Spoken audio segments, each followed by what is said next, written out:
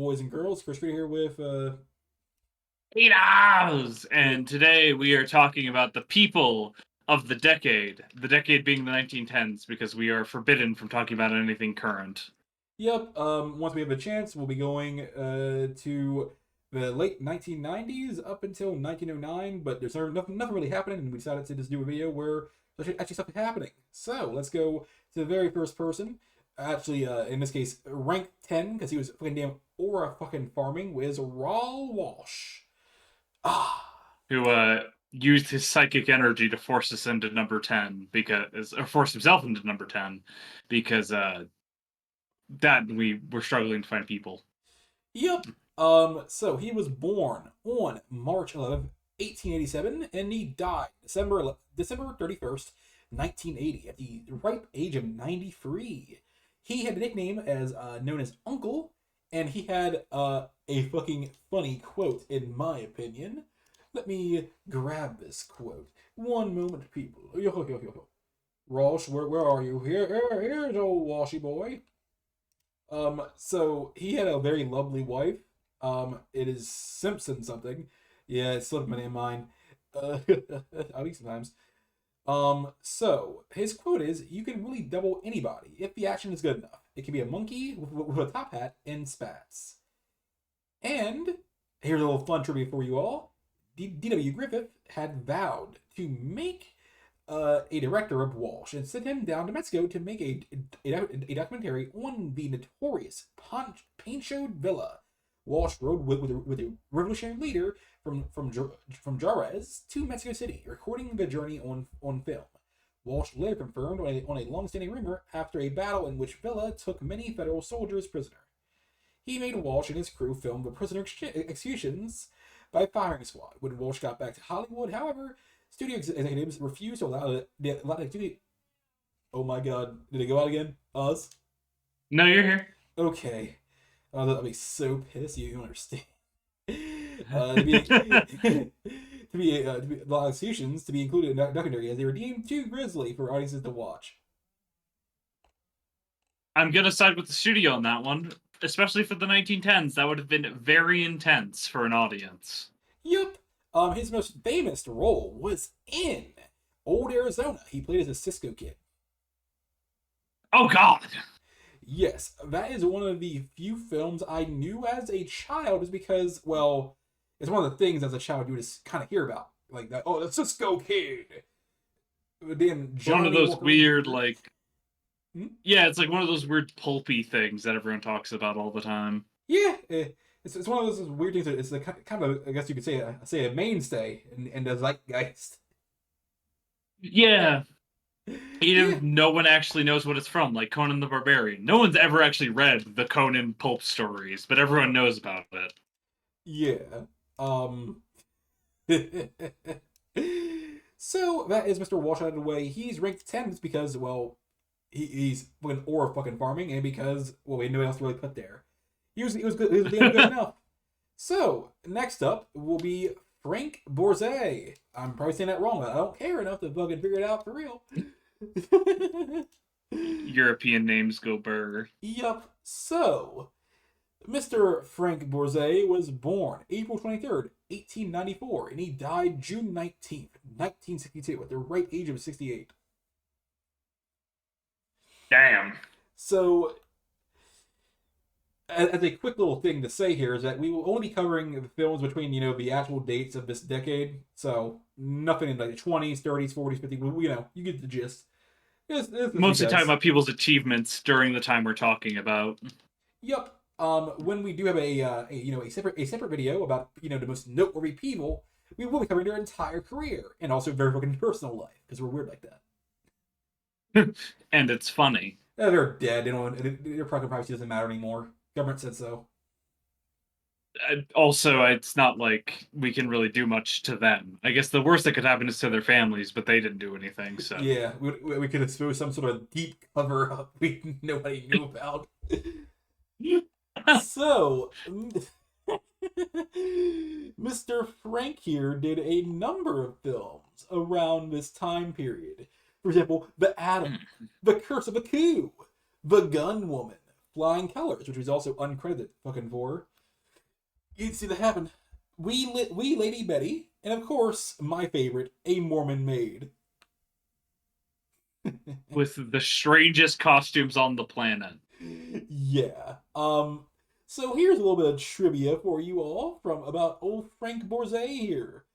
He is the first person ever to win an Academy Award for Best Director. Oh, Yes. that's really significant. He was also Lon Chaney's first choice to direct The Hunchback of Notre Dame in 1923. As you know, there's a little bit of a trivia there for you. Um, to date, only one of four people to have won the Best Director Oscar more than once, without any of those films having won the Oscar for Best Picture. His two wins Oh. are Seventh Heaven, 1927, and Bad Girl, 1931. The other individuals are George Stevens, and they don't matter. Not yet, anyways. Yep, many of his films combine romanticism and spirituality, or feature the lives of lovers imperiled by adversity. I was one of those people. Very much in Griffith's school. Yep, he was also noted for his technical skills. His films often had a lyrical appeal and were visually striking. He was especially effective in matching mythical subjects with innovative camera work and lighting. He worked with a Okay. touring company and eventually graduating into acting. Entered films as an actor in westerns and comedy shorts in 1912, alternating leading roles with the character parts as villains. Began to direct the following year in Bordelais under contract at Fox, and between 1925 and 1932, and at Warner Brothers, 1934 and 1937. And then again at MGM in 1937 and Okay. 1942. His films were often characterized as sentimentality and pathos. Oh yeah, he's the brother of his assistant director Lou Borzay.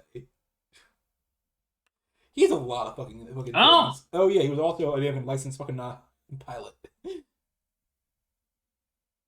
of course he was. Something I realized is if you look at old timey directors, especially before the 40s, actually before the 50s, I'd say, every single person has some like weird secondary thing that they're good at. Usually it's that they served in World War II, like James Stewart, Yep. So, here is but a quote. it can be anything. Here's a quote before we head off to the next person, which will be Oz's number 9. Is Mhm. make the audience sentimental instead of a player. Make the audience act, which I think is kind of cool. Yeah. So, It's a kind of different perspective than we do nowadays, and there's reasons for that, but there's some value in how he did things. yep. So that is my number 9, Oz. Um, believe you're number 10. So yes, my number 9 is um Albert or sorry, Roscoe Arbuckle. I don't know why I said Al. Also known as Fatty Arbuckle. He was a big comedy actor in the 1910s, not kind of in the 20s, not really. Um, Mostly because of a court case that he ended up in later on in his career, which I won't get into too much because the whole thing was a farce. Roscoe Arbuckle never did anything really illegal that I know of. Uh, he was alleged to have murdered a woman and done terrible, terrible things. The newspapers absolutely slandered him so badly that when the jurors gave their verdict of innocent, their verdict included a sentence that the newspapers ought to give him a formal apology for what they've done. So if any of you are wondering, no, newspapers and news outlets have never changed. They always been dicks, people. Remember Other that. than tragedy, though. Huh? I said they always been dicks, people. Remember that. Yeah, that's a constant. Um, Arbuckle also was, like I said, a very famous comedian and also one of the best comedians. But what I know him best for is that he is the person who introduced Buster Keaton to film as an actor. He introduced him as a side character, borderline an extra in one of his films, and he liked him so much he kept including him until Keaton ended up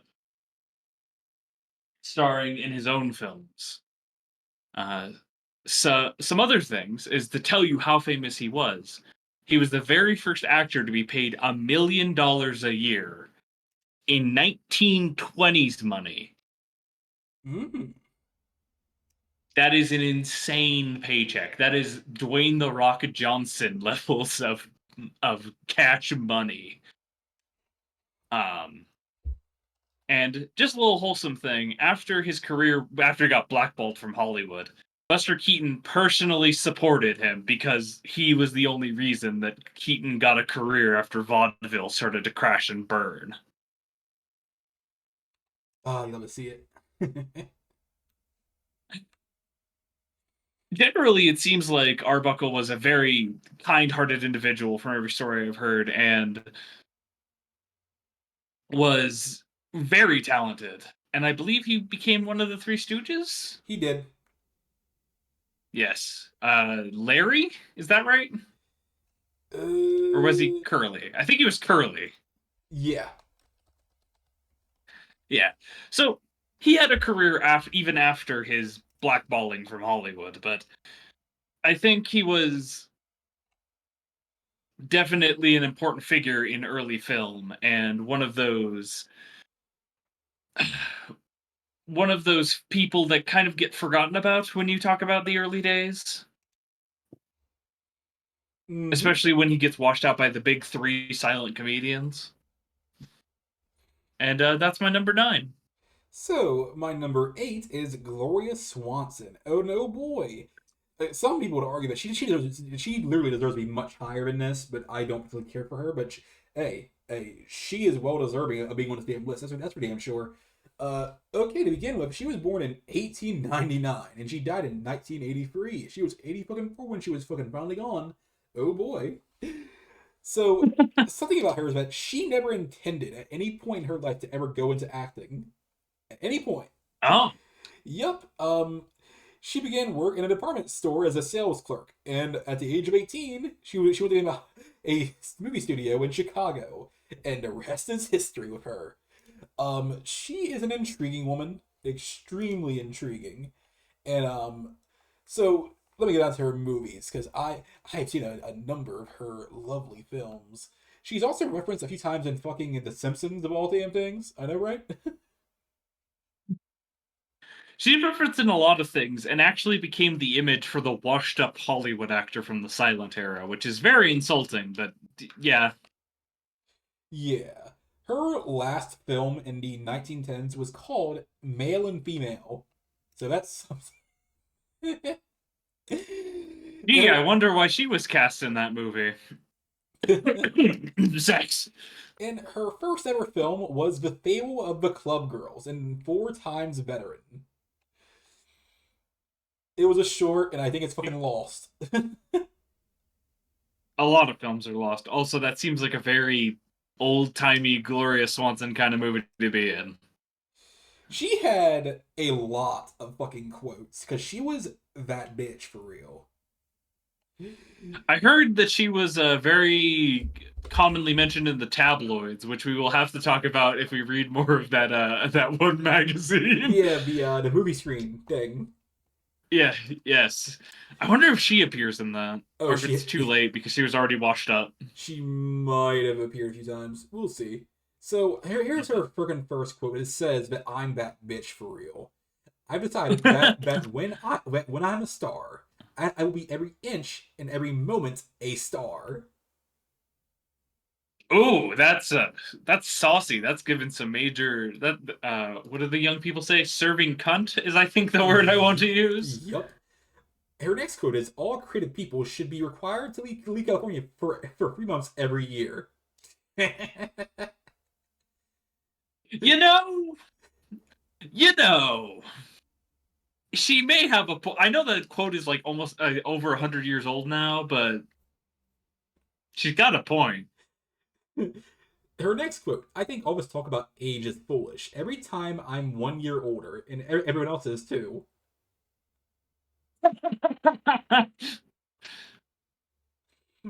that's um that's some old timey wit. I'll give her two more. She has over like fucking like 30 in here, man. I think wait no, I've given my memoirs far more fault than any of my marriages. You can't divorce a book. I like this lady. I like this fucking lady. She's such a bitch. I love her. And her final quote that I will be reading is, "When I die, my epitaph should read, 'She paid the bills.' That's the story of my private life." Oh my god. Is Gloria Swanson a time traveler? Wait, you know what? I have to because she's a catty bitch, and I said to mention this one. This is in reference to Marlene Dietrich. Her legs may be longer than mine, but unlike me, she doesn't have 7 grandchildren. That's a very old timey flex. Her quotes are the most cattiest shit ever. We Um, need Scyther, I'm telling you right now, you just need to make a YouTube short that's just you reading Gloria Swanson quotes in the most yes, monotone voice. I will have to do it. So here's a little pieces of trivia. She wrote her biography, to me, or rather her autobiography, in rebuttal to certain claims made by Rose Kennedy in her 1974 memoirs. So she made her own shit just because somebody talked that shit. He really is the cattiest bitch of old Hollywood. Swanson's Oscar-nominated performance as delusional silent star Norma Desmond in Sunset Boulevard so impressed movie audiences that she said she spent the rest of her life having to remind the public, "I'm not Norma Desmond. I merely played her on screen."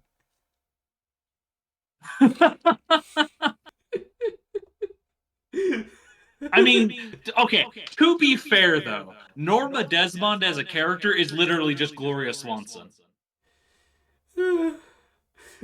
Like she's a washed up old silent movie star. That's Yeah. Gloria Swanson. Known for her extravagant lifestyle, it was reported that she earned $8 million between 1918 and 1929 and spent nearly all of it by the time of her death in 1983. Her gross estate was valued at just over $1.4 million. Jesus, you gotta be extravagant to spend that much money in that time period. Yes. What the fuck was she even buying? You know what she was buying on? She was buying it in Encyclopedia Dramaticus. Every year. She's gonna update it every damn time. She Man, was she must just have a big folder full of old ass books. Mm-hmm. She was awarded 2 stars on the Hollywood Walk of Fame for motion pictures at 6750 Hollywood Boulevard, and for television at 6301 Hollywood Boulevard in Hollywood, California. Upon her death, her remains were interred at the Episcopal Church of Heavenly Rest in New York. Ooh. Oh, okay. Um. Oh, I'm not gonna talk that one. That's a sensitive topic. We're not gonna be doing that. Oh, and so she was a catty bitch, but something she openly stated is that she claimed to have detested her like writing her own autobiography. If I had to write an autobiography, which I hope to God I never get famous enough to ever have to, which I, I doubt it. Um, yeah, I feel that. That sounds miserable. And I know this is a bit ahead of the whole time frame, but I think this is so fucking stupid, but also fucking funny because it's like, wow. She was a Republican, and she was the head of the council titled Seniors for Reagan Bush. I think it's time to move on to my number 8 pick. Yeah. So my number 8 is Mary Pickford. Mary Pickford is kind of okay. So how do I say this? On screen, she was not very important. She mostly played children, even into her 30s, which is sad. But she was very influential behind the scenes. In fact, she was one of the 36 founders of the Academy of Motion Pictures Arts and Sciences, or just the Academy, if you're not pretentious. Uh, we've actually talked about her recently in our 1929 episode because she made Coquette. though obviously that's not within the frame of this video. The films that she actually made within the scope of this video, she was quite famous for. She was very big in the 1910s. One of the few actors that I would argue was probably bigger in the 1910s than they were in the 20s. I don't really think there are many people like that. Nah, probably not. This is a quick little comment from me is that this chick is like, wow, her life is just saddening to me. What, playing a child into your 30s? Yeah, like I get it. You know, we all have our roles to play. She didn't just, she did not fucking fit the damn bill for anything else. She didn't have the look for anything else, so she just go with what she had, and that's okay. But man, is it sad. And this, gotta remember, this is also the studio system. So actors often got typecast really heavily, Yep. Um. which is probably the saddest thing about this. Um, there's not too much crazy to say, other than again, she was one of the original founders of the Academy, which should be enough on its own. Yeah. Speaking of the Academy, just ever so briefly, we will probably doing it like one day. Do a fucking video all about the Academy and any other major organization or grouping. Probably, maybe. You know what I realized doing this channel is we're never going to run out of things to talk about, are we? We will not.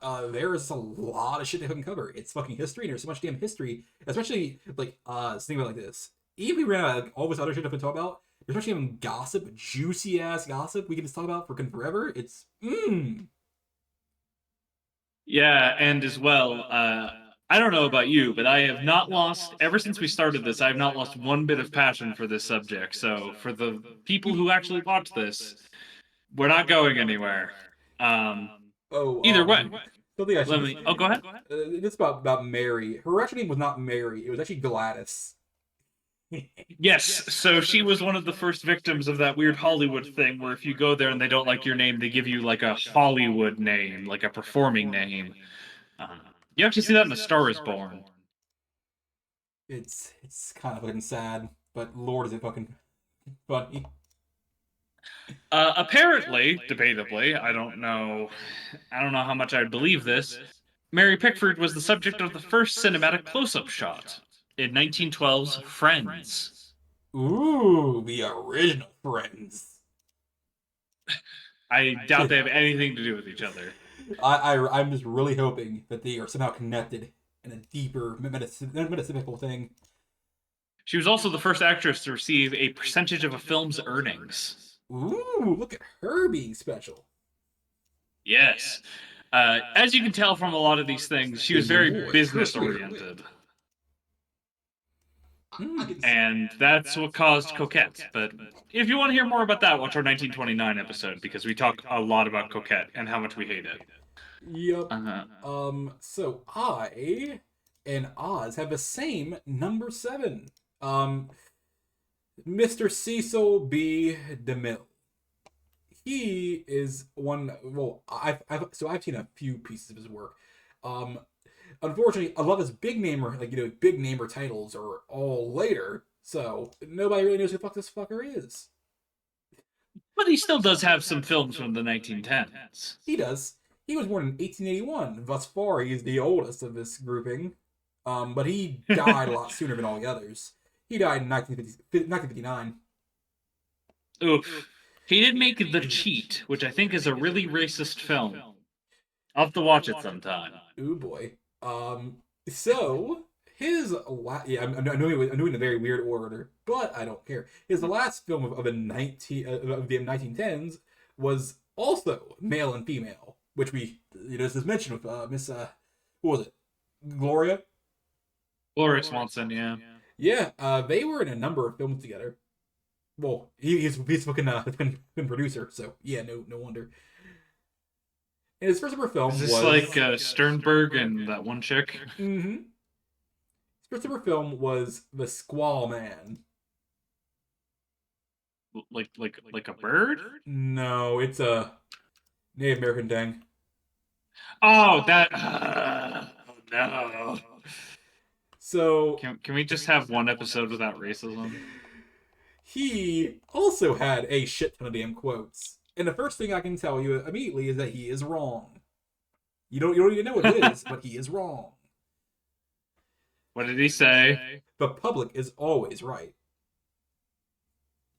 Uh, is that some kind of like sarcastic thing? Is like even if they're wrong, they're right? I hope it's not one of those things where it's the customer is always right type shit, because I lose my fucking shit. They're always fucking wrong. I tell you what. Um, so the people, the public, they're okay. I can't say it on stream, but they're stupid. They're unintelligent. They're And all sheep. I hit fair it. I enough. hit it right.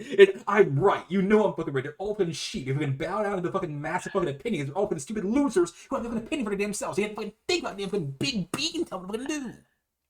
Big Bean, we've exposed the real conspirators. I will give you a fucking Big example. Bean. I will give you a fucking example. In the Who's modern Big age, Bean? you don't need to know who Big Bean is. Who? No, I need to know who is Big Bean. Is that like the bean companies? I don't think there's a bean monopoly anywhere. No, no, there is. You don't understand. You're going a little too deep. So, Anyways, I think we've gone a little bit off um, topic.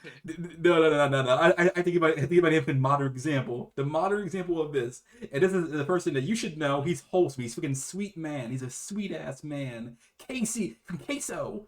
He's fucking cool. But just because he dissed damn Kendrick, everybody was fucking murder him over because they're all fucking sheep. He can have his own opinion. Fucking sheep ass. I don't want to edit it with video today. I don't want to edit it with video. I'm not gonna cuss. I gotta cuss. I gotta say a word.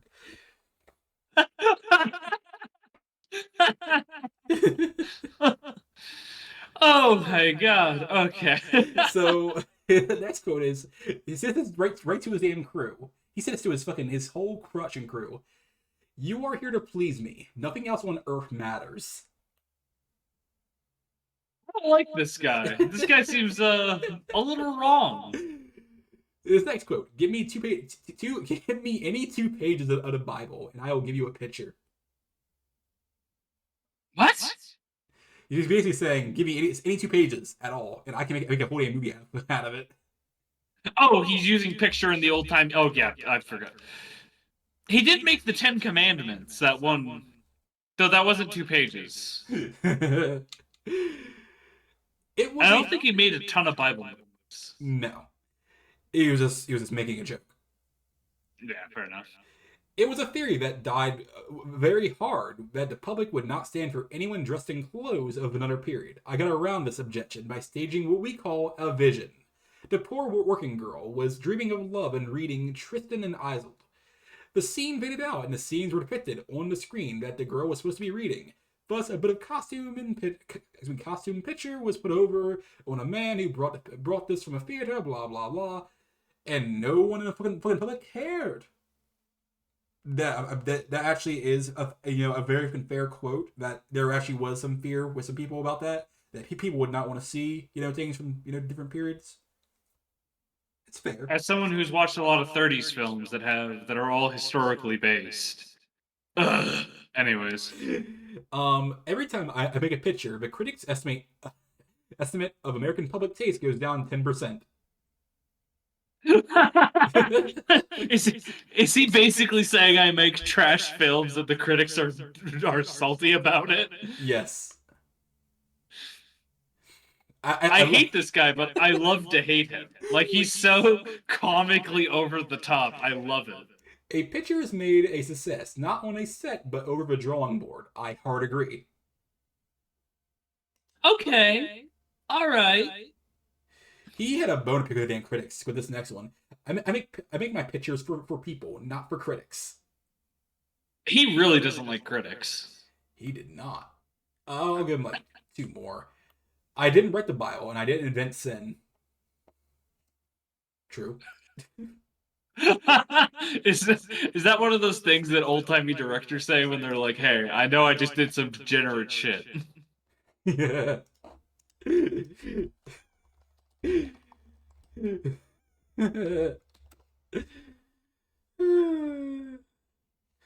So let me see here. What else this man got for a quote? So make me giggle. Ah, here we go. One last critic one. The critics were less than kind to my selection for the other feminine lead, Anne Baxter as Nefertiti. I think the critics went further wrong there, even more than they usually do. I think Anne Baxter's performance was very good. Perhaps the critics were too busy thinking what clever things they could write about or misspelling of Nefertiti's name. I love this fucking guy. He's such a dick. But is he really that much big of a dick when it comes to critics? Critics are just notorious dicks, though. I'm a critic. Fuck you. But is he wrong, though? No, that's what makes me upset.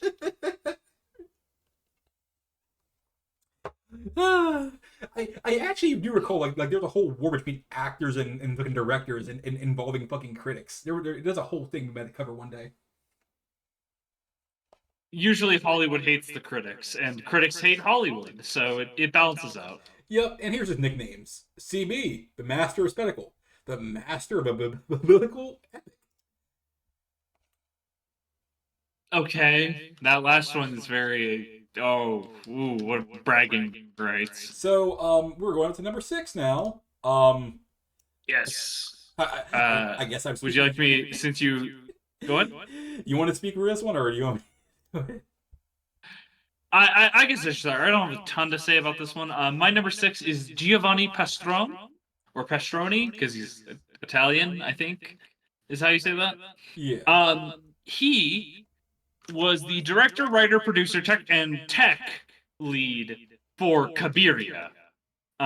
The first, if you've watched our 1910s episode, it's on our channel. You can find it. It's pretty easy. Actually, it's one of our most viewed videos. He did all of that for Cabiria, which is the first feature length film, in my opinion, and in Scyther's opinion. Mm-hmm. And it's a technical marvel. Another thing that's really interesting about Pastroni is he allegedly invented one of the first platform dolly systems. So, like dolly cameras that can move. Ooh. Which he does. I don't know if he uses it in Cabiria. I would not be shocked. There's not much else known about him because he's an Italian director from an obscure period in film history. But I Unfortunately. think it was important to put him in there because he made, in my opinion, one of the most important films ever, because he made the first feature film. And ever since then, film has been pretty standard in its length. Though his would be considered a featurette in modern terms. Okay. Mm. So, I for my number 6 is Hal Roach. He looks like a damn mobster, which is fitting considering where he's fucking from, New York City. Ah. He was And born. considering he was in Hollywood, he might have actually been tied to the mob. Yeah. He was born in 1892. This is what I'll say here: that he is the oldest thus far on the list. When he died, 100 years old. Oh. Yeah. He was well above the usual life expectancy, that's for sure. 30 years above the modern life expectancy, so you can imagine how old he was for the time. Yup.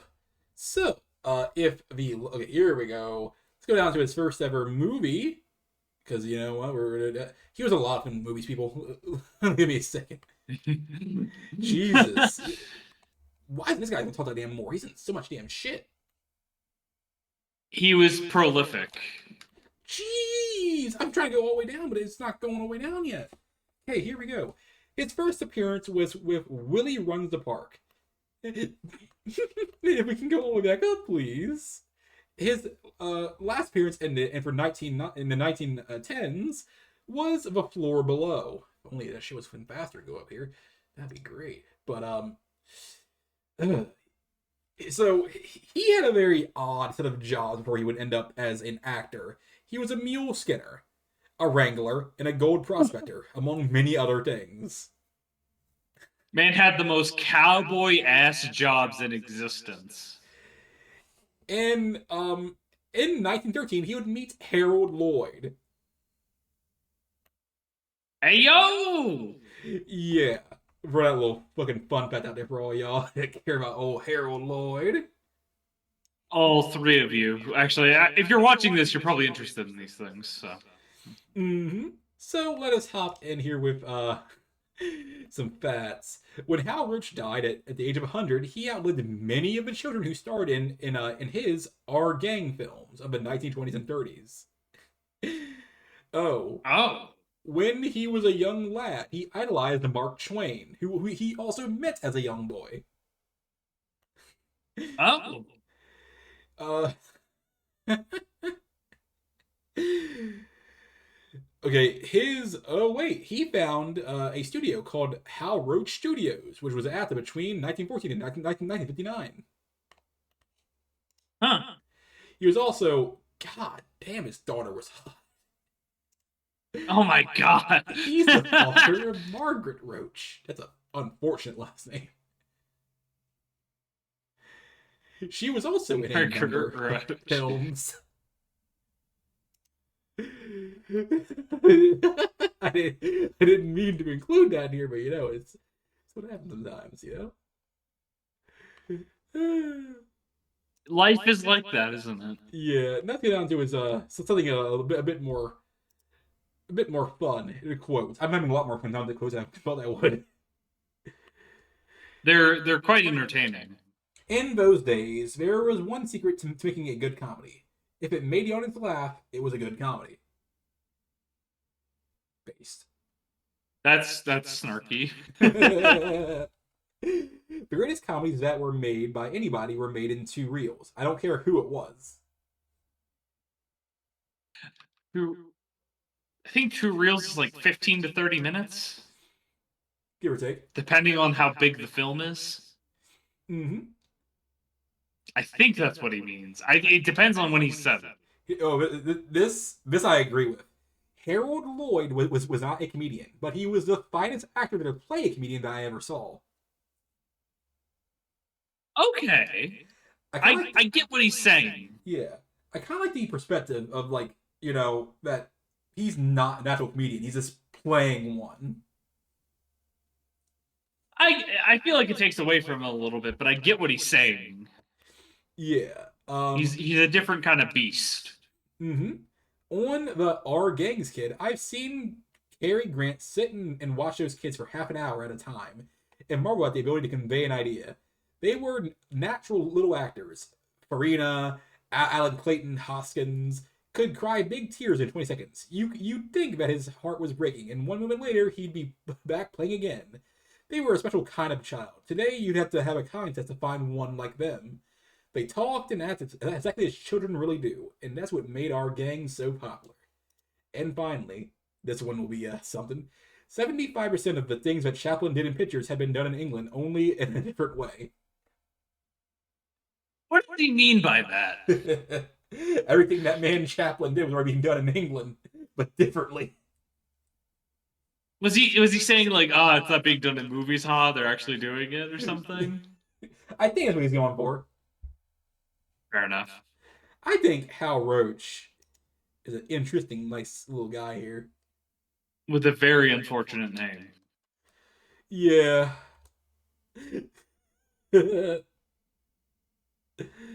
So, next up will be Douglas. Oh yes. Yeah, number fucking 5. Douglas fucking Fairbanks. Do y'all know who he is? Because I think I'm confused. Fucking films, they're okay. You would think of name reaction, it would not be like in a dead middle, right? He was important. He just wasn't very exciting. Yep, he was born in 1883 and he died. Wow. My great grandmother would be born in the same exact year, 1939.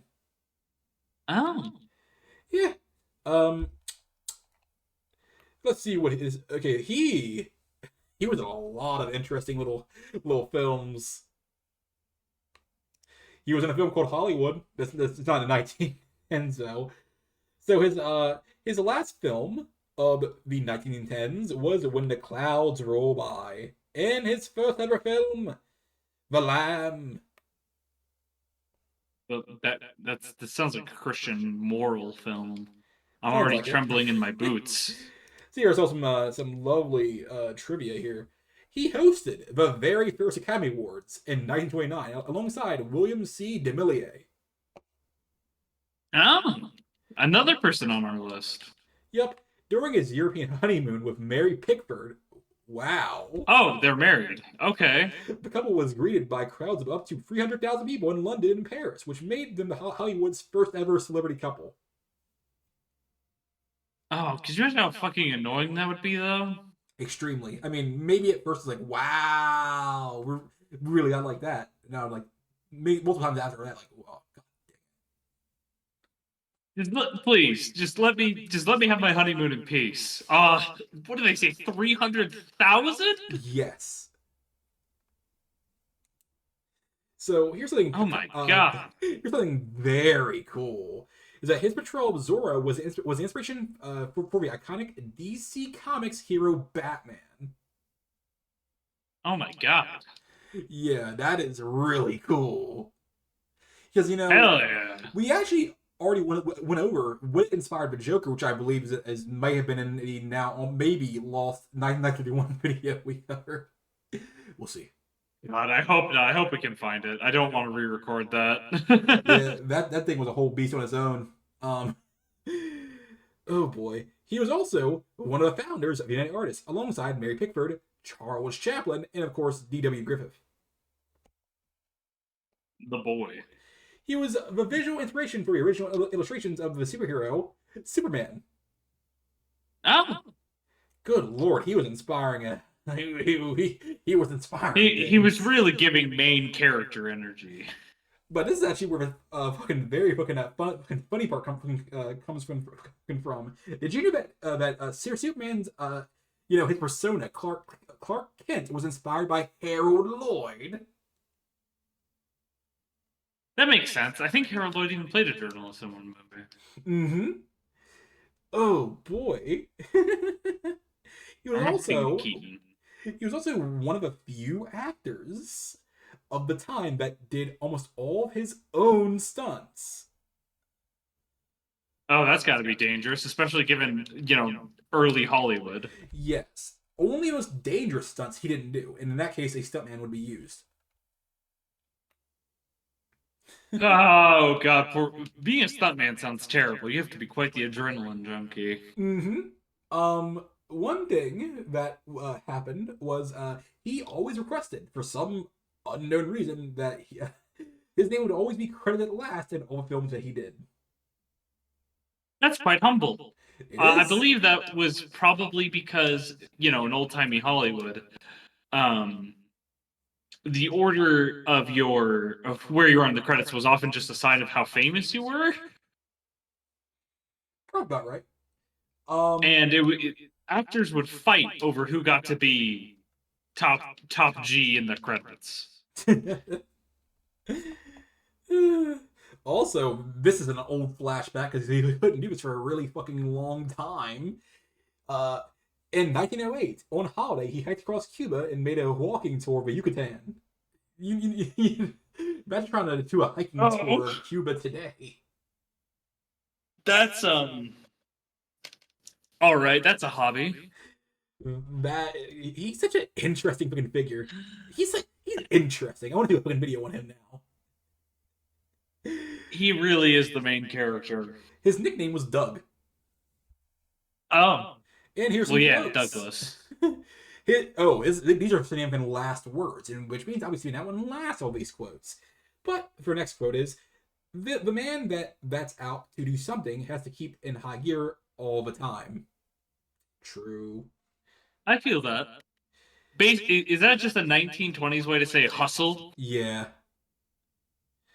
In this quote, he's referring to D.W. Griffith.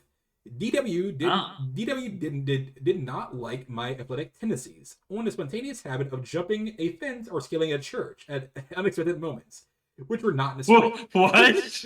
Yes, he would spontaneously just climb churches for no reason. Okay, fuck it.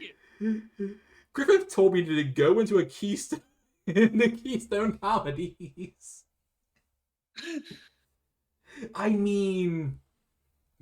But you're doing all that shit. That's fucking funny. And his last words that he ever spoke on this earth: "I never felt better in my entire life." Oh, he Yeah, must have that's been on drugs. yeah. I want some real good shit. Don't forget, this is named 1939. They gave him some damn meth or some shit. I want to know the drug cocktails that celebrities did in that time because I'm sure it was absolutely insane dangerous. Oh, most fucking definitely.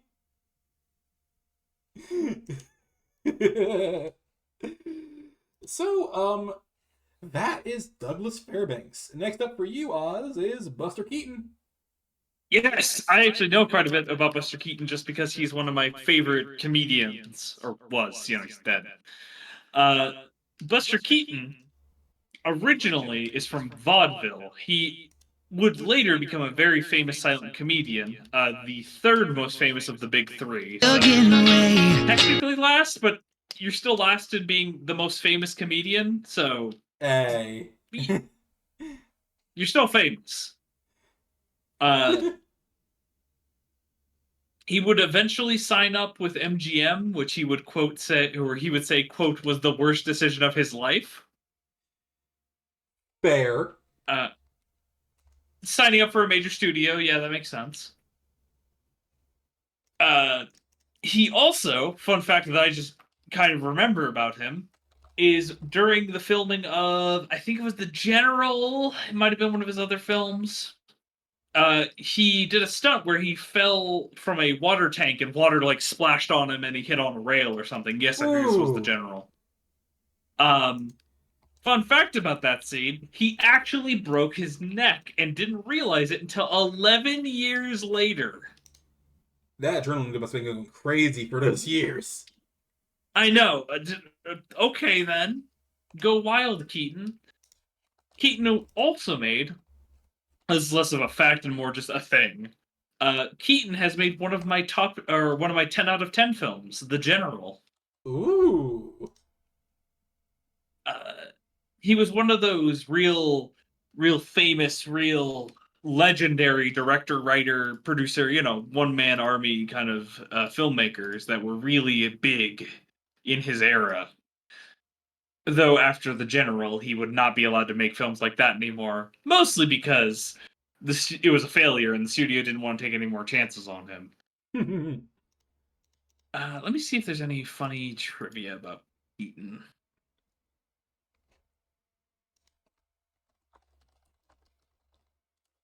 Oh yes. Oh God.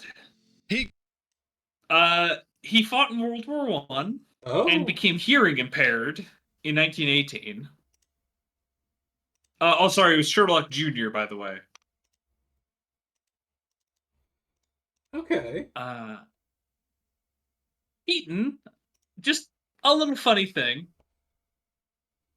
Uh, Given this era, something you might not know. Actually, you probably noticed this. Most comedians are really fucking short. Yeah. And Keaton was very famous for pairing himself with very large, very tall actors for contrast. Because I presume it made excellent comedy. Uh, and I love Keaton. That's why he's so high up on the list for me. He's just a master of stunts. I think if anyone were to study like stunt work in film school, I think Keaton would be one of the most important figures you'd have to study because he is so influential and also insane because of the amounts of stunts he did that he probably should not have done. Yeah. Like I said, one of his most famous films is The General, but he made a lot of great films like Sherlock Jr., The Cameraman. In the 1910s, though, a lot of his films were. Let me actually. He made a lot of simpler films, as was the trend of the time. Uh, Now it help. It helps certainly if IMDb did not sort in the opposite order that I would want. There we go. Let me just. Uh, Here we go. Such films as The Bellboy. I think that's was his debut. Yeah, I was talking about Arbuckle, introducing him into the film world, or it might have been The Butcher Boy. Either way, he did a lot of films with Arbuckle. Hmm. Uh, I think almost all of his films in the 1910s he did with Arbuckle because he started in 1917. And as I mentioned, he had a history in vaudeville. Unfortunately. Another fact I actually watched from an interview that I found, a radio interview from later in his life. I think it was right before he died, actually. Though I might be mistaken on that. He said the reason for his very famous stone faced expression that he always had was that he noticed whenever he was smiling in his performances, the audience was never laughing. Oh. So he just decided to never smile in his performances because it added to the comedy. Yeah.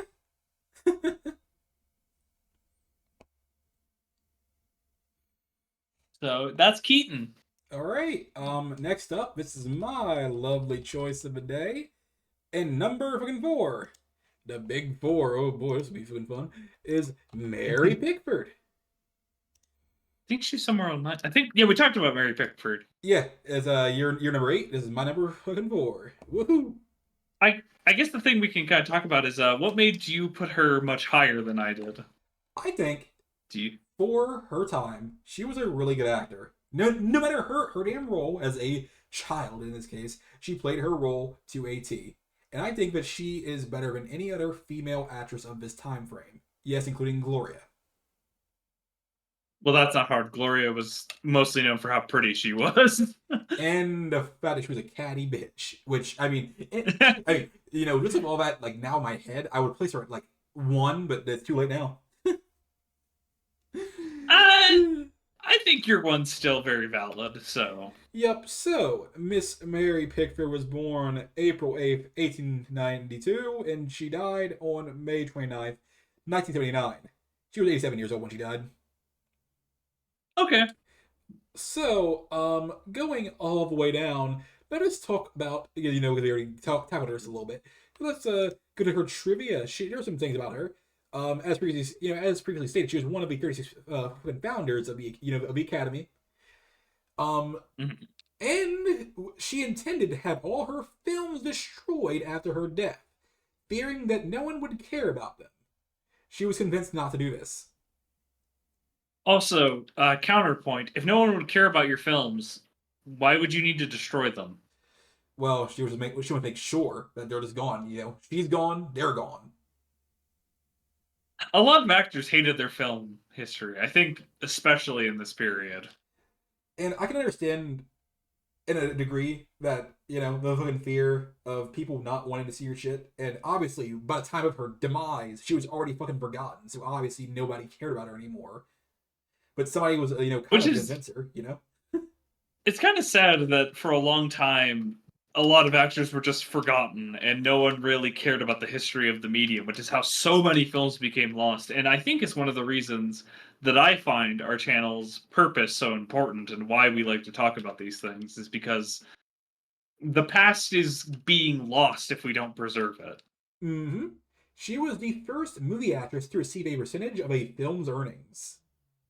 Yes, I mentioned that is absolutely wild. Yep. She was the first star alongside of her husband Douglas Fairbanks to officially place a hand in footprints in the cement at Grauman's Chinese Theater. Oh, hell Yep. yeah. She was Joan Crawford's mother-in-law, while Crawford was married to Pickford's son, Douglas Fairbanks Jr. Oh my god, everyone's related in Hollywood. Yep, she left her children $50,000 and her grandchildren trust funds. Which I assume that'd be quite a bit in that time's money. Yes, quite a bit. Enough to buy a car and a home. Two homes if you want. To Oliver? Oh my god. Oh man. Oh, the good old days. You could buy a house like for what, like fucking 5 G's? 10 G's? Back when Ugh. people still made $1 a day. Oh, the good old days. Oh, let's go back. Her mansion, which was titled Pick Fair, was sold 10 months after her death, unfortunately, for $5.3 million. Oh my god. Yep. And also, fun fact, she became a United States citizen on her marriage to Douglas Fairbanks, but later reclaimed her Canadian citizenship and died an American and Canadian citizen. I don't know why she was so worried about having both citizenships. It's not that Well, big of a she deal. took a pride in, of what she was. That's something to be fair of. Fair. That's fair. Oh, she was really, really into her stuff because basically she paid for her grandchildren to go to school and provided that they showed proof that they were registered. Basically, because around this time frame, that's when schools were really trying to ensure that kids were actually getting education. At different times, the times are changing. Yeah, back when having a population of uneducated, illiterate people was not considered very appealing. Ah, the changing times. Let's keep the masses stupid. Oh, we already are stupid. Never mind. Oh, this is actually very iconic.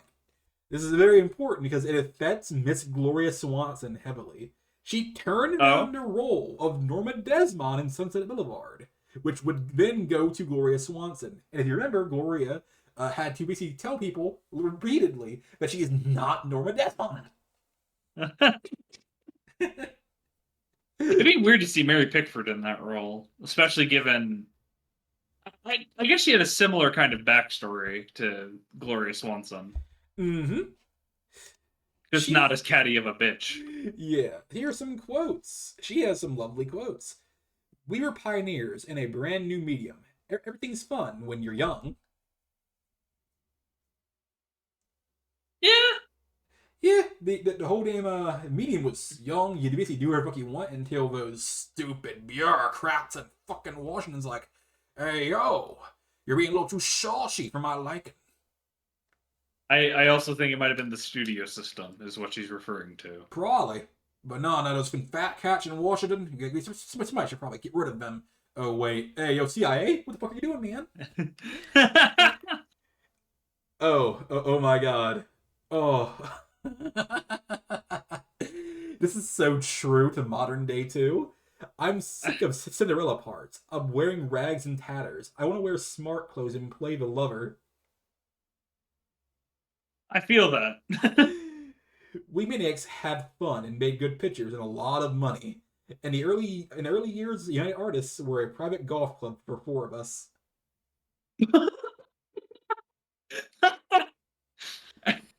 I 100% believe that. Yup. If you have made mistakes and there is always another chance for you, you may have a fresh start any moment you choose. For this thing we call failure is not the falling down, but the staying down. No, that's a nice quote. Mm-hmm. And this is the one where it ties back into who she was as a person that we would see in the trivia.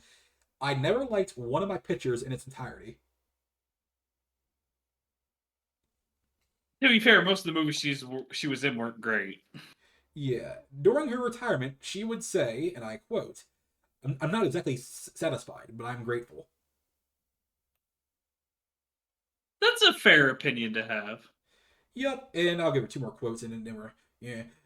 Make them laugh, make them cry. And back to laughter. What do people want to go to the theater for?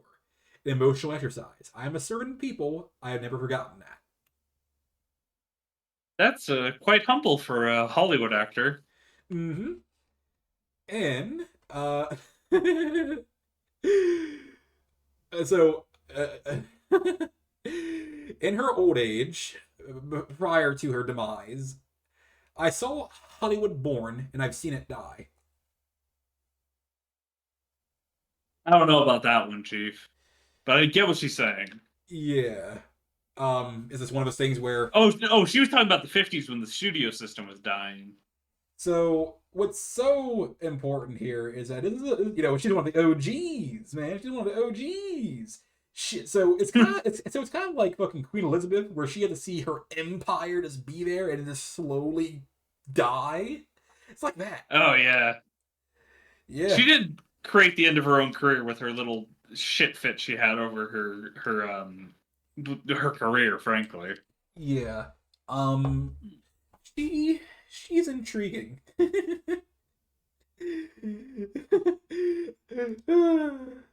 But yeah, that is my number fucking four, Mary Pickford. She is intriguing, and honestly, I would not mind doing a whole fucking video on her. yeah, I think that'd be fun. Uh, let's see. My number four is Miss Lillian Gish. Born 1893, died 1993. That's oh gosh, she was exactly 100. Oh, look at Lillian. Ooh, she and Douglas were up there. Wait, no, it wasn't Douglas. It Yes. was fucking Roach. Lillian Gish is one of those actresses that is so irreversibly tied to an era. She was so iconic in the 1910s, but didn't do much after that. She made I think she made two.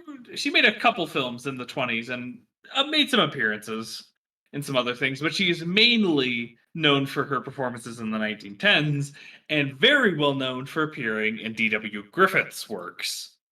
Um, I think she's in pretty much every one of D.W. Griffith's major films. I believe so, right? Yes. Uh, and she was very iconic. I love a lot of the work she did. Let's see. She left her entire estate, which was valued at several million dollars, to Helen Hayes. Hayes died 18 days after Gish. Oof. Um, she and Mary Pickford were childhood friends, but Mary tried to never be left alone with Lillian, remembering that her mother's superstitious belief that the good die young. Mary was in constant fear that Lillian would drop dead at any moment. Oh, ain't that crazy considering Lillian outlived Mary. Not by long. While shooting way down east, she was required to lay down on a slab of ice that was floating in a river for several hours in order to shoot a scene. While she did this, one of her hands was immersed in freezing cold water for hours, which permanently damaged the nerves in her wrist. Yikers. I watched that film. That's really sad. Um, after her amicable parting with D.W. Griffith, she joined MGM in 1925, but was unceremoniously dumped when Greta Garbo emerged as a star. Considered a sexless antique, she turned to radio and her first love, the theater. Ironically, MGM had Garbo on the set of The Scarlet Letter every day to watch Gish work as a part of her apprenticeship. Okay. So it seems that she was pretty amicable and knew a lot of people in Hollywood, which made sense considering she was one of the founding people of Hollywood. Yup. Oh boy. Ugh.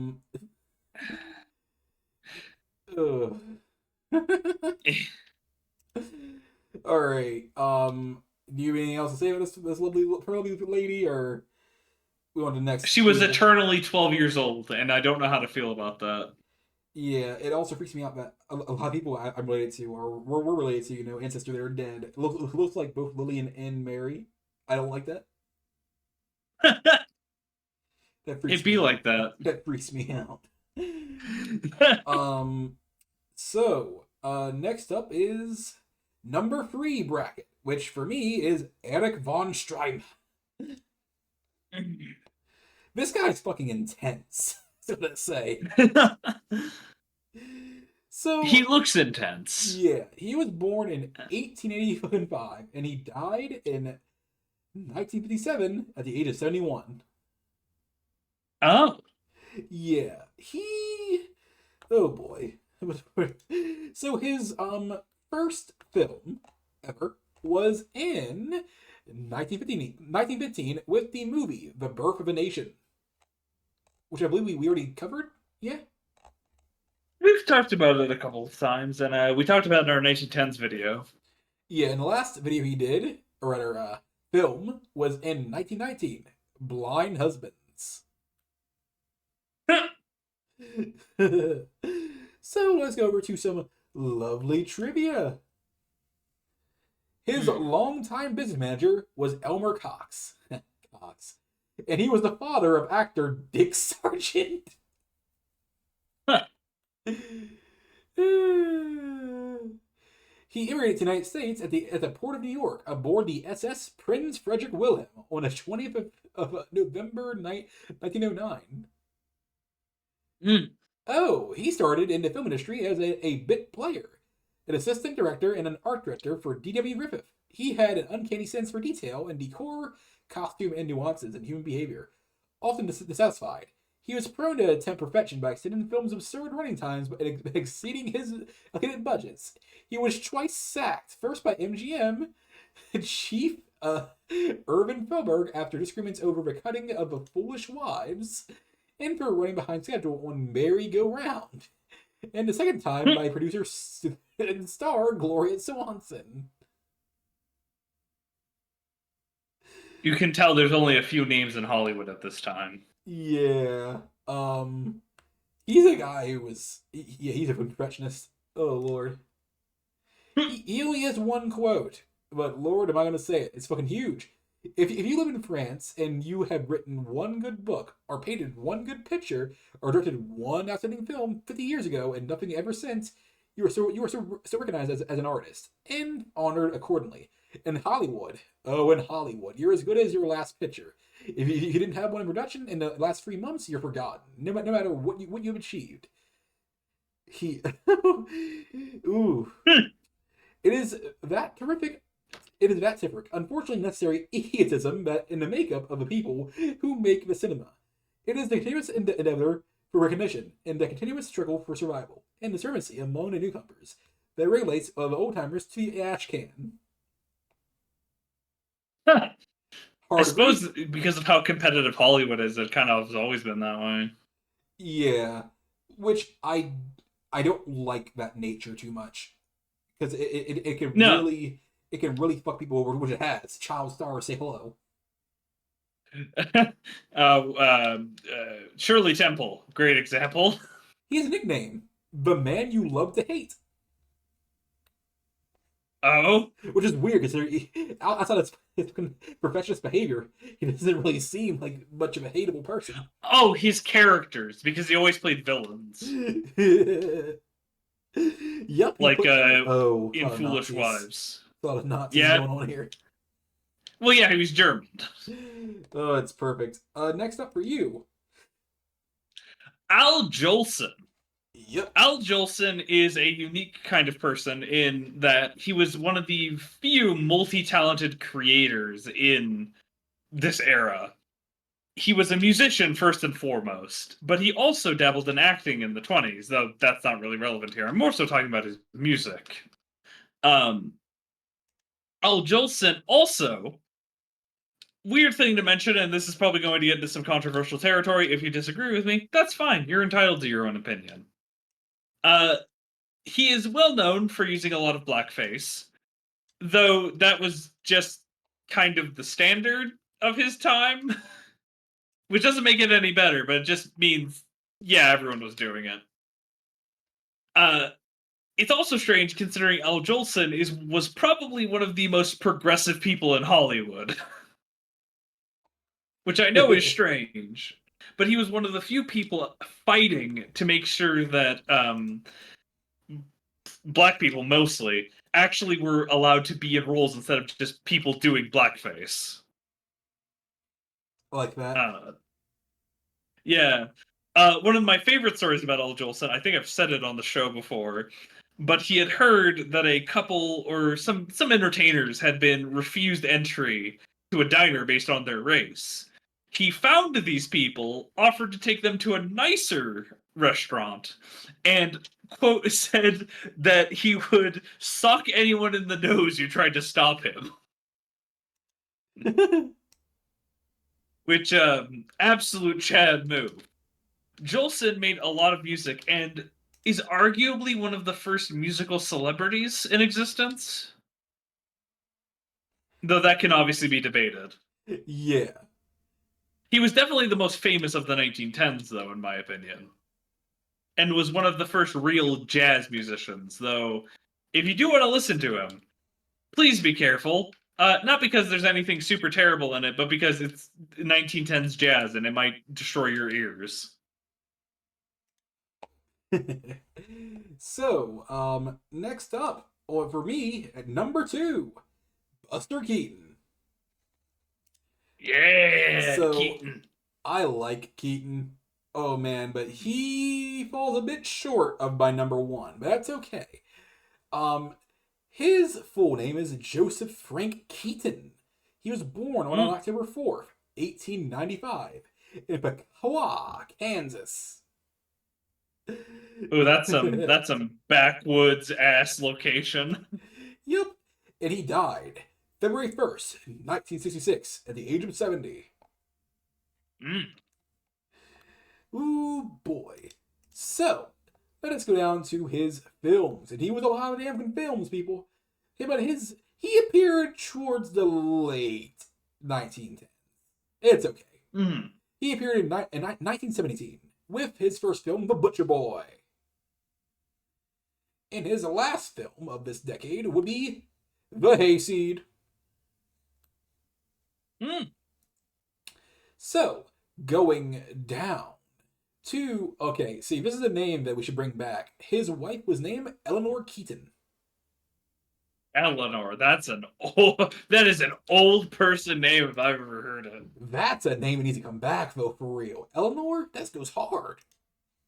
It sounds like a fantasy name, I'm not gonna lie. Yeah. Here's some trivia. He died quietly at home in his sleep, shortly after playing cards with his wife. Hey, man died playing That's cards. very wholesome, very old, very like silent generation. I'm sure that his wife remembered that moment for the rest of her life until she would ultimately die uh, a number of years later. She died in 1998, so about 30 odd years later. Oh Jesus. Yeah. Um. Fun fact. Well, while remodeling his home in 1952, James Mason discovered several reels of Keaton's lost films. Oh, Yeah. Jason, not Jason. James immediately recognized their historical significance and took it upon himself to preserve them. Jesus. Yup. When he married Natalie Tolmage, the Tolmage family was one of the great acting dynasties in both theater and film. I forgot that was actually a big thing in America at one point. The acting dynasties. I mean, they still exist, but you don't hear about them much. I mean, No. there's one you hear about today, but it's not really acting anymore. I mean, it started out as acting. The Kardashians. Didn't they? I Yeah. Okay, so the first time the Kardashians blew it was okay, not the fucking daughters, but the fucking father. He actually did stuff. He was actually, Mm. actually had talent, unlike certain other ones. Oh yeah, I forgot it wasn't just Kim being in a sex tape. Yeah. Um, he was hearing impaired since 1918 after serving in Germany fighting World War One. Okay. Yeah. Yeah, I mentioned that one. Not Yeah. only did Keaton do all his own stunts, but he also acted as a stunt double for other actors in films as needed. Oh. Yep. Said he learned everything. So this is actually the year he said before. Said he learned everything about movie making and comedy from Roscoe Fatty Arbuckle. Yeah. So he was a heavy smoker for most of his life. He was diagnosed with lung cancer during the first week of January 1966. After a month of a long coughing bout, he was never told that he had cancer or was terminally ill. As his doctors feared, that news would be detrimental to his health. It would be, in many cases, for a lot of his people. Keaton thought that he was recovering from a severe case of bronchitis. Despite his failing health, he was active and walking about almost every day until his death. Oh. Yep. This is actually a very last one for his trivia. This is wholesome as fuck. He became a heavy alcoholic when his career collapsed around 1930, only kicking his habit and regaining his self esteem when he married Eleanor Norris, aka Eleanor Keaton. his wife until his death in 1966. Okay. Yeah. He was also I said the last one, but this is kind of cool. He was also a mentor of Lucille Ball. Oh shit. Yeah. So it's a little neat thing there. He was also a bad bitch. And he had a few nicknames: the Great Stone Face, Malik, Der Mann der Namalslech, and his quotes: "No man can be a genius in slap shoes and a flat hat. That's a strange quote, but okay. Tragedy is a close-up. Comedy, a long shot." I see what he did there.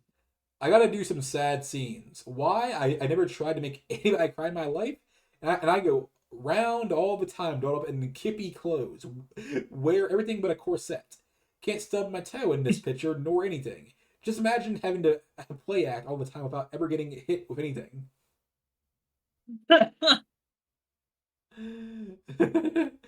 Asked by a reporter at an MGM premiere, "Are you having me here?" Of course, I got off location for this.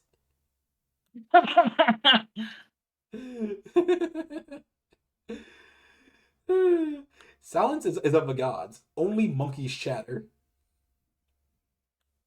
I don't know if that was supposed to be racist. It could be a many of things. For example, we could be like, okay, like the public chatter and talk. The greats, the actors, they don't need to say a thing. Fair. Also, that silent era elitism. Dumb show is best for screen people if they must appear in public.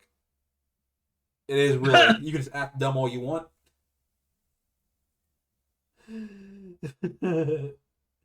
Only things that one could imagine happening to real people, I guess, remain in the person's memory, and that's all the quotes I'll Oh, be covering for that.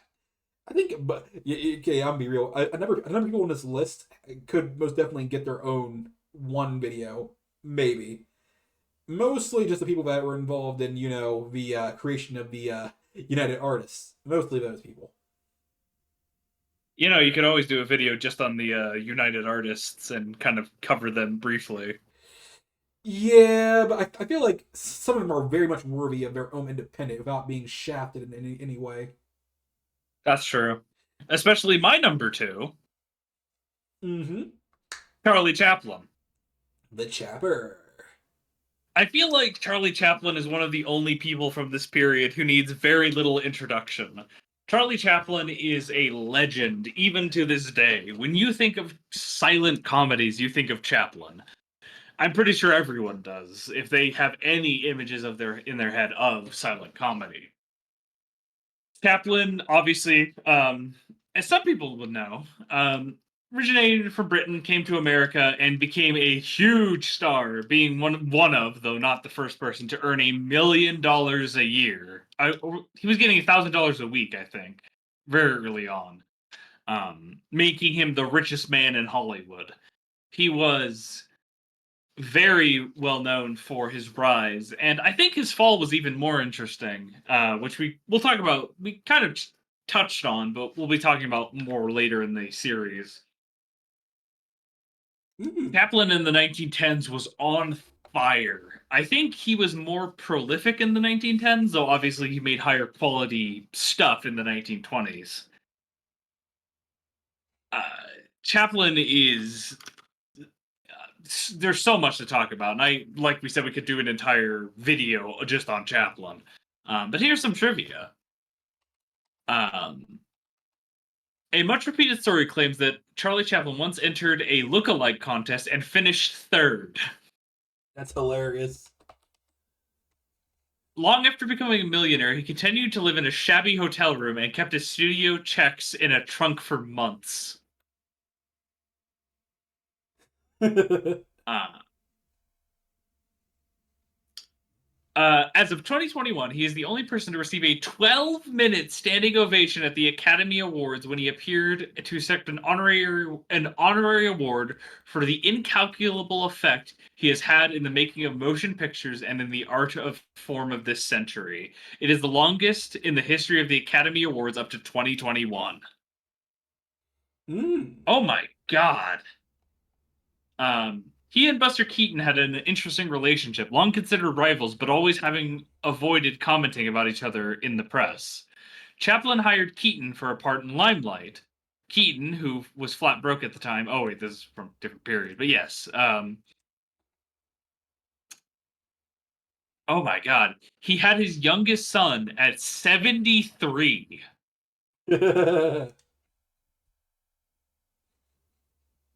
He remained in remarkably good physical and mental shape for most of his life, still playing tennis regularly well into his 70s and working constantly. However, after the completion of what turned out to be his last film, his health began to visibly deteriorate.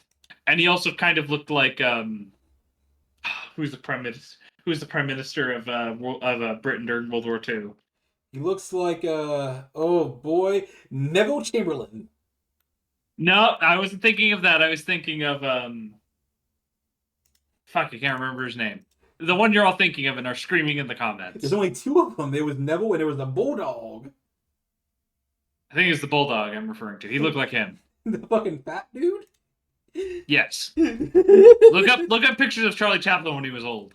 Let's see here, Charlie Chaplin old. Yeah, he does.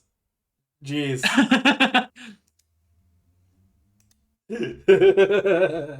In all his years of living and working in the United States, he never became a citizen.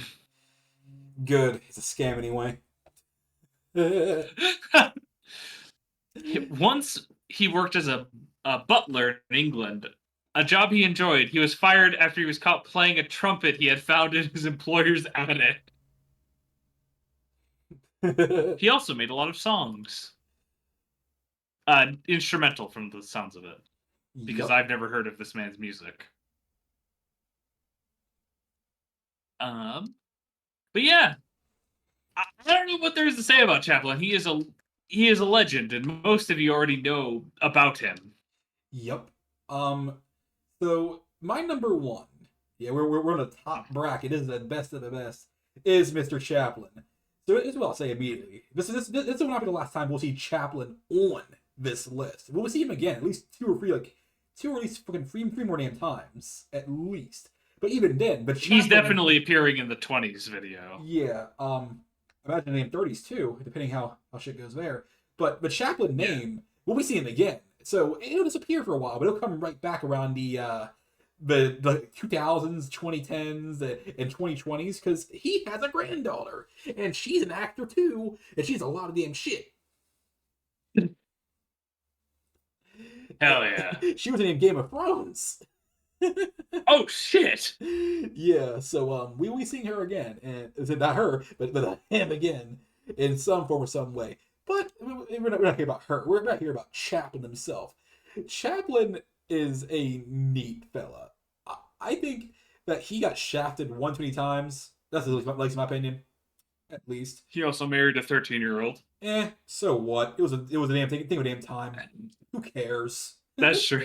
That's true. Yeah. It doesn't make it good, but it was something he did, and a lot of people did. I personally could care less, considering what America said. Oh wait, there should be morals about this. Let's have morals about what age we should do it. Fair. It took a very long time. It took Too damn long. So his first film ever was Kid Auto Races at Venice in 1940. His tramp character didn't exist yet. It did not. And his last film of this decade would be Professor in 1919. Yep, he was a writer for it. Something unique about this person is not only was he an actor, he was a writer, he was a producer, and he was a director. Yeah, that was pretty common for this time, especially for comedians. That they basically made the entire film like an indie guerrilla director. Yep, he also did soundtracks. He was the editor. He went crazy. He was a unique little fucking fella. But I will give us all some quotes. All I need to make a comedy is a park, a policeman, and a pretty girl. Considering that's how most of his movies were made. And people always loved it in a damn day, so I mean, is he wrong? Oh, this is a neat one. Returning to Los Angeles after a 20 years self imposed exile to accept his honorary Oscar in 1971. Thank you so much. This is an emotional moment for me. And words seem so futile, so feeble. I can only say that thank you for honor inviting me here. And oh, you're wonderful, sweet people. Thank you. Well, that's very gracious of him. Yup. I like my friends as I like my music. When I'm in a mood to help a friend in need is easy, but to give him your time is not always opportune. This is a reminder. He's a amazing human being. He helped a child star. Yes. Also was probably also due to the fact that when he was making the kid, he had lost his own child. Yup. Oh, oh boy. He's a great fella. The minute you brought your Mostly. ticket, I don't care about the 13-year-old thing, God damn it. It's a thing of a time. I won't judge its character based on something that everyone was doing. That's silly. Yeah, I know. I'm not going to compare my morals to the people from over 100 years ago. I understand that. I'm just clarifying for the audience. The audience is a bunch of retards if they think they can compare fucking modern day ethics to fucking people back then. I said Fair. it. The minute you brought your ticket, you were in another world. That's... That is a very romantic way to describe film, and I felt that. I remain just one thing and one thing only, and that is a clown. It places me on a far higher plane than any politician.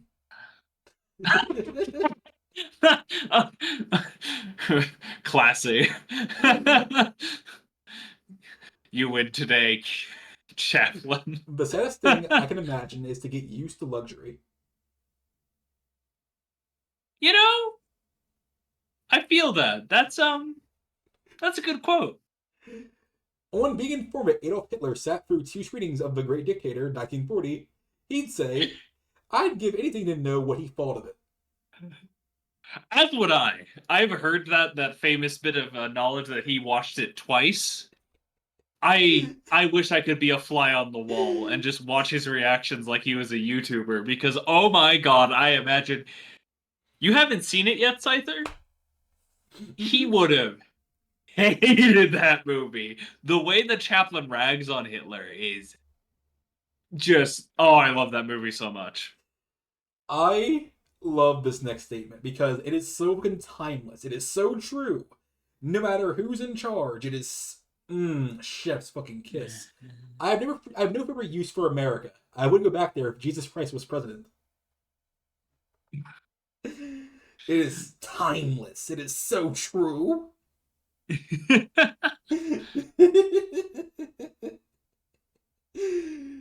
I mean, yeah, thinking about it, he's an actor. He was there just to act, and I mean, come on, man. Once you're done your damn thing, what's the point going back to some shithole you don't really care about? Fair. Words are cheap. The biggest thing you can say is elephant. What? It's the largest land animal on Earth. Outside Oh, of fair. whales, I guess, if they're a land animal. Blue whale. Yeah, it wouldn't sound the same if you said blue whale. So I get it. I don't believe the public knows what it wants. This is the conclusion that I've drawn from my career. He's fucking right. He's so fucking right. The public is stupid. I'm telling you, they're sheep. They'll go for anything, but in 1 minute and the next minute they're for something else. They're stupid. All of them. Ugh. You're on a crusade today. Because it's fucking true. It's the fucking truth. There's no debating it. The humans are stupid. It's 1 minute they want fucking tapioca, next minute they want fucking Rice Krispie treats. I don't know a single person who wants tapioca, but fair enough. I know 80 of them because they're old people. I don't want tapioca, goddammit. It's delicious. You can't eat on tapioca. Basically boba for old people. Failure is... So this is the last one I'll fucking do. Failure is unimportant. It takes courage to make a fool of yourself.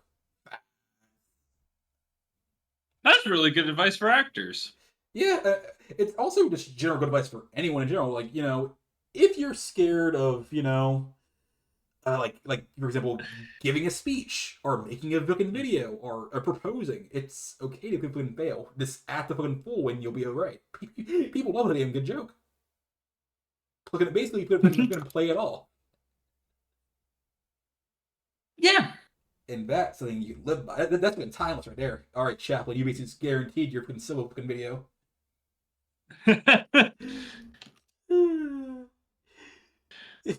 All right, next up for you.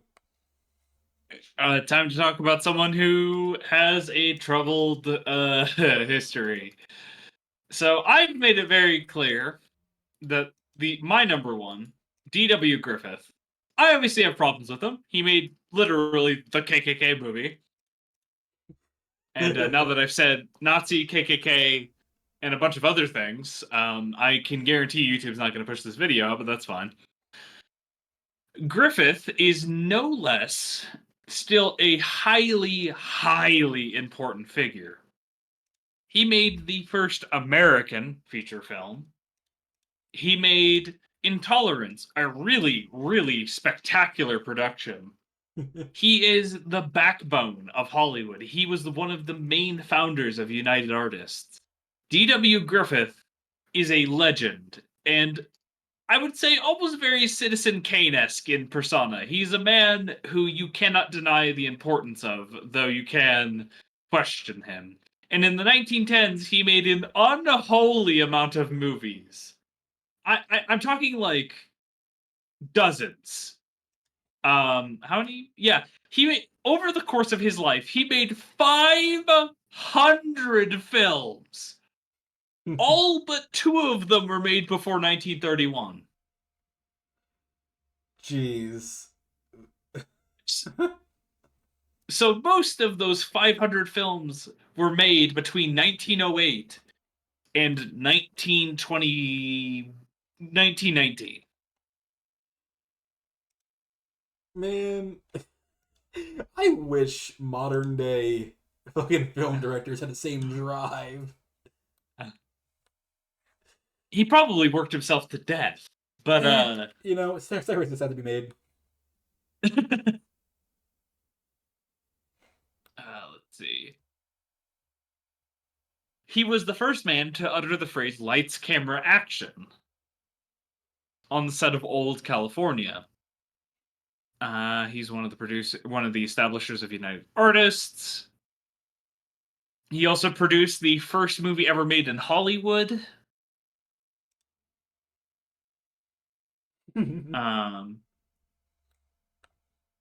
Oh, this is strange.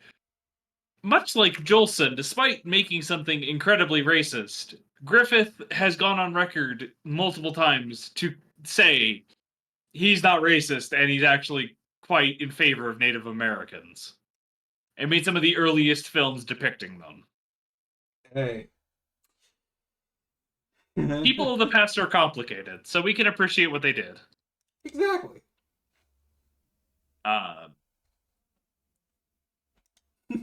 And Lillian Gish called him the father of film. Hard agree. And yeah, I'd agree. He is maybe not the father of film. I would give that title to Méliès, but Griffith is definitely one of the biggest fathers in film. And definitely inspired film as we would understand it. Mm-hmm. God, it's hard to talk about Griffith just because there's so much about him. Basically, what I'm hearing is he's deserving of his own video. What I'm hearing right now.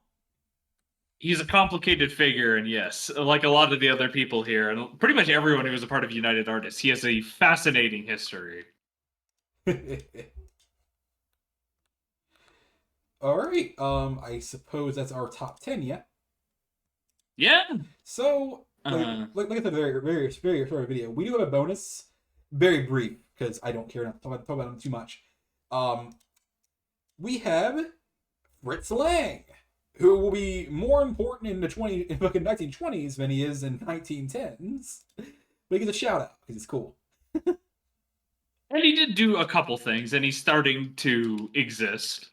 Yeah, so towards the very end, obviously, of the 1910s, in 1919, he made The Half-Breed, Der Herr, Der Lieb, The Spiders, Episode 1, The Golden Sea, Akiri. Uh-huh.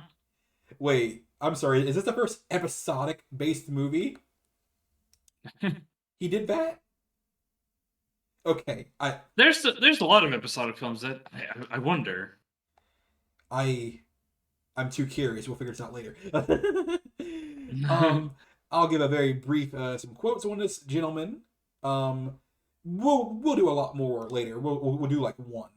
About CinemaScope. It's only good for funerals and snakes. True. True. And next up, who I don't think we will mention much anymore after this, but he should be talked about. He's kind of cool. Victor Stronstrom.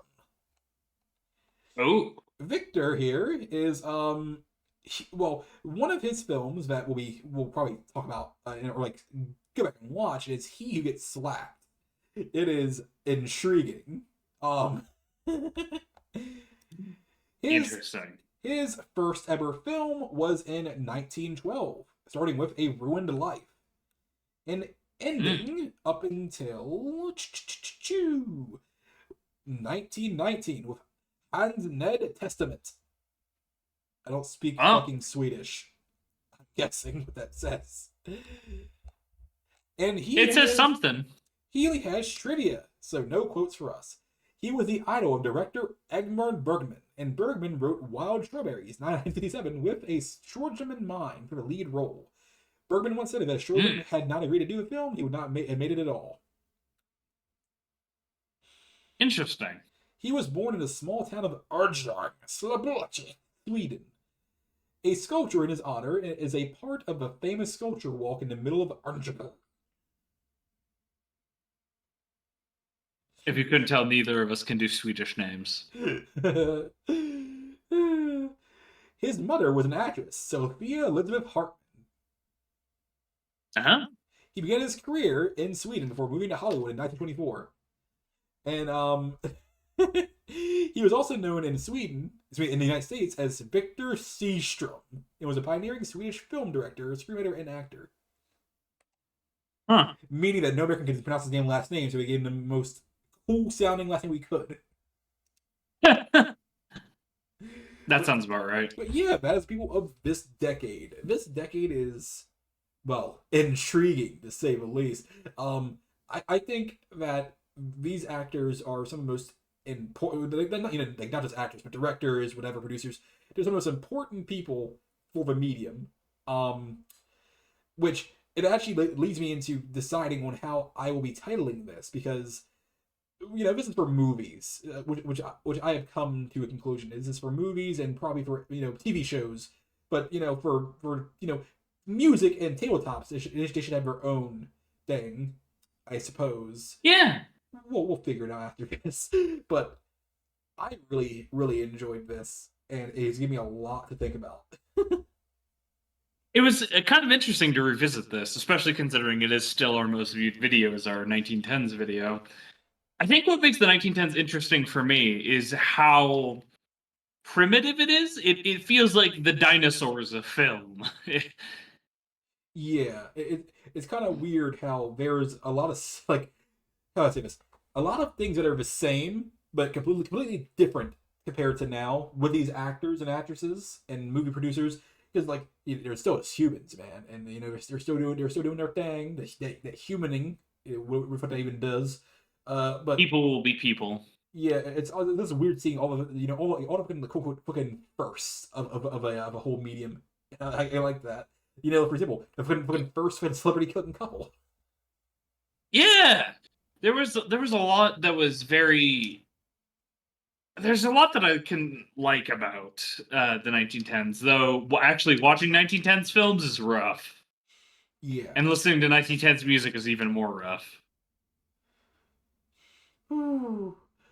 What I think is really intriguing is the things I did not know. Like we're like with Mary Pickford or being Gloria Swanson. That Gloria Swanson's a fucking catty bitch, and I need her in my life. I need to know more about her. I am so Yeah. unbelievably curious. Speaking on that, this is actually a good time to talk about before we end off this stream, is how we'll be doing independent videos separate from each other.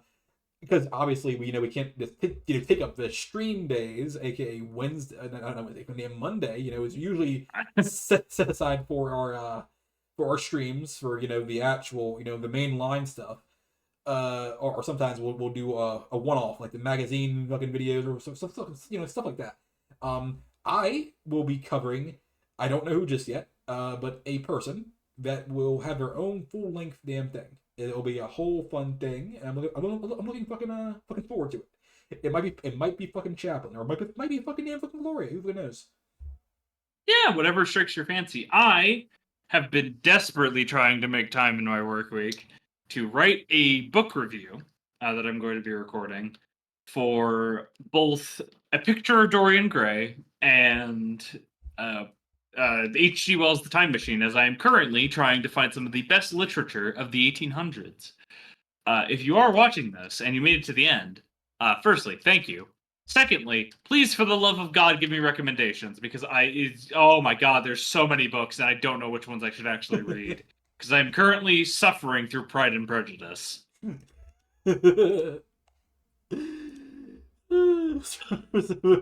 Pride and Prejudice.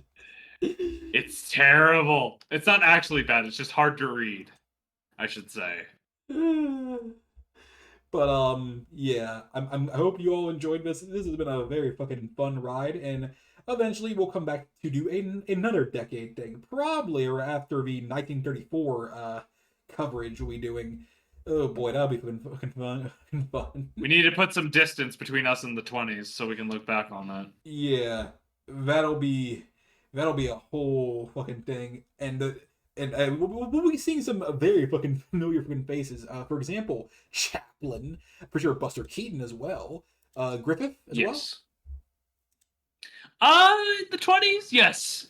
Griffith does make some appearances, though he does immediately fall off because it's Griffith. Yeah, so I just expect to see some people. Maybe one day we'll start seeing some people can bounce back. We've seen that happen in fucking Hollywood before. But hey, enough rambling. This is the end of the stream. Hope you guys liked it. See you guys next time.